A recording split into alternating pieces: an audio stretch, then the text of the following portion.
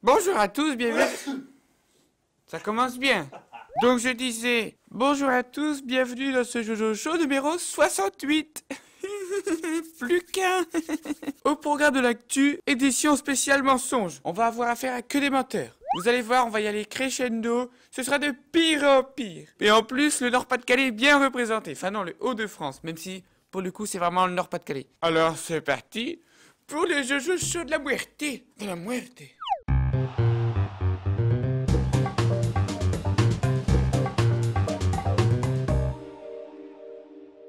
Spaghetti. Macaroni. Tu sais que je sais parler italien? Couramment? Alzare la barra solo dopo l'apposito cartello. Ah sì, piano, piano. Non mettere la mani sulle porte, rischi di farci ciaccare le dita. C'est ce qui est marqué sur le métro parisien. C'est non mettere la mani, ne mets pas ta main Si. sous les portes, sous la porte, rischi di farti ciacchiare le dita. De te passer très fort le doigt. Si. Apprends l'italien avec Jojo. Dans la ville de Crotone. Crotte. Il faut savoir que Crotone, au foot, ils viennent de monter en Liga. Donc c'est la première division de foot italien. Et là, il y avait le match tant attendu contre la Juve. Donc la Juve, c'est le favori. C'est un peu comme notre PSG, tu vois. Quand dans ton patelin, le PSG vient jouer, bah, tu peux être sûr que le stade y est plein. Et donc là, forcément, le petit village, il joue contre la Juve.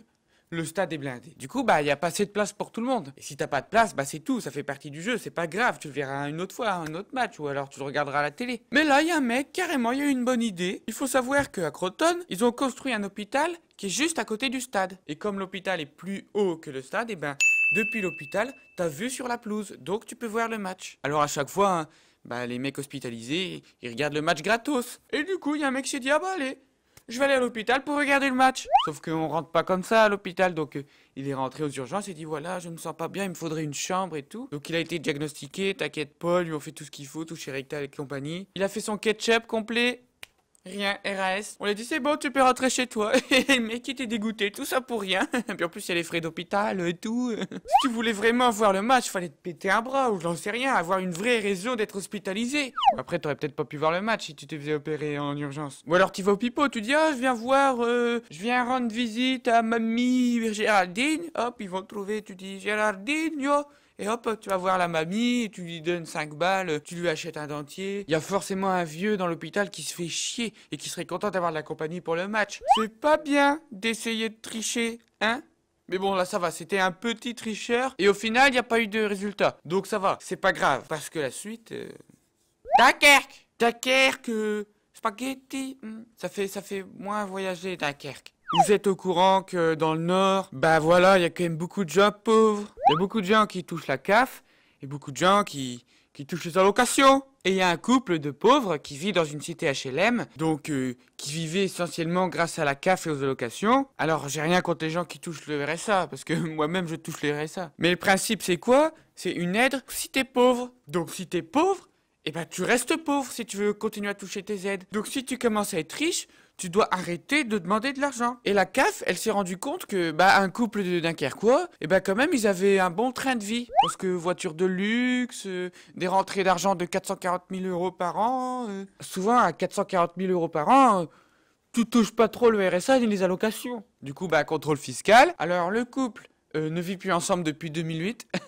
Pourtant, c'est bien indiqué qu'ils vivent ensemble dans une cité HLM. Parce qu'en fait, le mari, il a commencé une nouvelle activité. Une activité d'auto-entrepreneur. Mais oh, il est bête, il a oublié de le déclarer. C'est dommage. Il faisait du rachat et de la vente de voitures de luxe. Alors, comment il faisait pour acheter les voitures de luxe avec comme départ de l'argent de la CAF? Je pense, et les autorités aussi le pensent, qu'il y a un petit trafic de voitures de luxe dans l'air. Ça a pas l'air très légal tout ça. Et à côté, la femme qui vivait plus avec lui, bah elle... bah, elle avait son job, puis à côté, bah, elle avait la rentrée de la CAF, les allocations, tout ça. Elle vivait avec 10 000 euros par mois tranquille. Donc bravo. Vous êtes fait choper, maintenant va falloir payer. Alors sauf qu'ils payent pas grand chose. Parce que la peine c'est 20 000 euros pour le mari et 3 000 euros pour la nana. Vous pourrez payer un peu plus, non? Alors forcément, hein, le mari et la femme ils sont pas venus à l'audience. Hein. Mais c'est pas grave parce que le mec il va quand même se taper 1 an de prison ferme. Tiens, il faut pas profiter du système, c'est pas bien. La fraude fiscale, c'est pour les politiciens. Et d'ailleurs on y vient. Et de 3 voleurs à Edin. Et pas Edin voleur à Edro.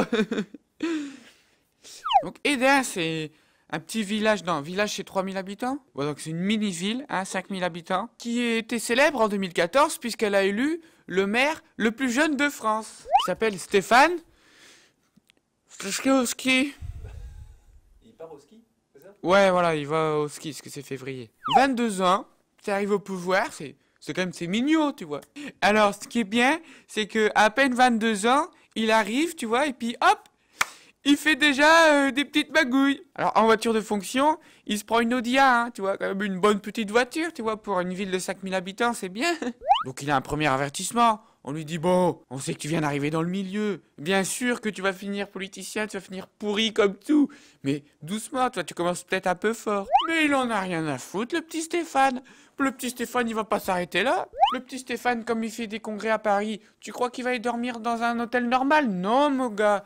Hôtel 4 étoiles? Et tu crois qu'il va s'arrêter là? Non, mon ami. Et donc, on reparle de notre ami, puisqu'est-ce qu'il a fait il y a pas longtemps? Il a envoyé une délibération à la sous-préfecture, où il dit, bon, voilà, alors les logements communaux de la mairie, eh ben, c'est telle agence immobilière qui va s'en occuper. Derrière, personne n'a rien validé, hein. Rien n'est passé au conseil municipal. Ils lui disent que ça va être fait et il le fait, quoi. Et donc, c'est l'agence Orpi qui s'occupe des logements communaux. Et alors, c'est une coïncidence incroyable. C'est qu'en fait, eh ben, la personne qui gère Orpi, eh ben, c'est la mère de Stéphane.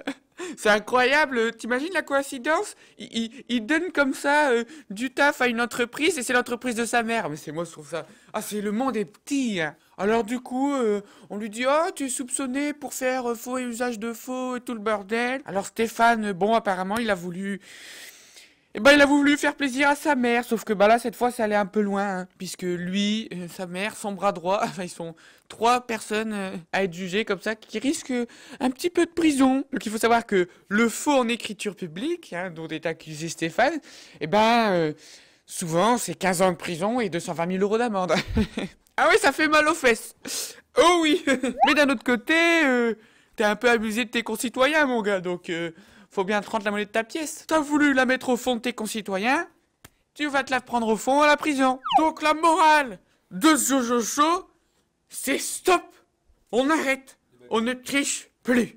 Et en parlant de triche, on va arriver à la rubrique de Jojo Show, la plus grosse arnaque de l'univers, la Saint-Valentin.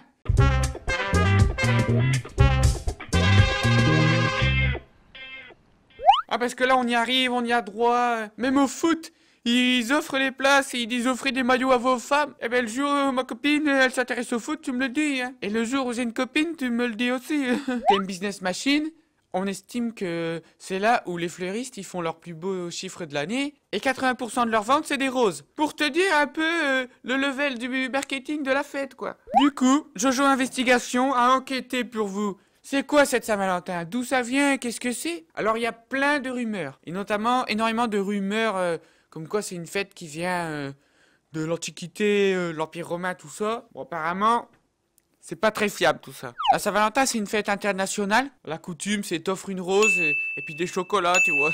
Mais cette fête, elle vient de Grande-Bretagne à la base. Alors au XIVe siècle, on pensait qu'en fait le 14 février, c'était le jour où les oiseaux, ils se rapprochaient. Parce que comme on voyait les oiseaux qui étaient toujours à deux, qui se bécotaient, tout ça, on s'est dit, ah, c'est la fête des oiseaux amoureux.